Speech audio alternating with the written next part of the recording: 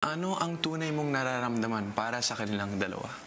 Yung una, patuloy pa rin nagbibigay buong effort. Yung isa naman, mas napapalapit na sa'yo.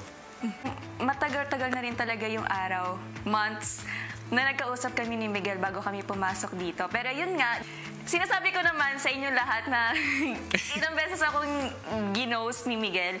So, bago ako pumasok dito, yung loob ko sa kanya, hindi na talaga ganun kalalim kung ano yung nararamdaman ko sa kanya before. Kasi bago ako pumasok dito, down bad talaga ako kay Miguel. Hindi ko i-deny yan. As in, down bad. Crush na crush mo. Crush na crush ko talaga si Miguel. As in, nagpaparinig pa ako sa kanya. Pero, ayun, anyways, hindi naman talaga siya, wala naman talaga siyang plan na ipagpatuloy yun. Like, syempre, hindi niya rin naman in-expect na nandito ako. Si Miguel lulubog lilitaw, so hindi ko na talaga alam kung ano nangyayari. Pero, si Miguel naman, naging special naman siya sa akin.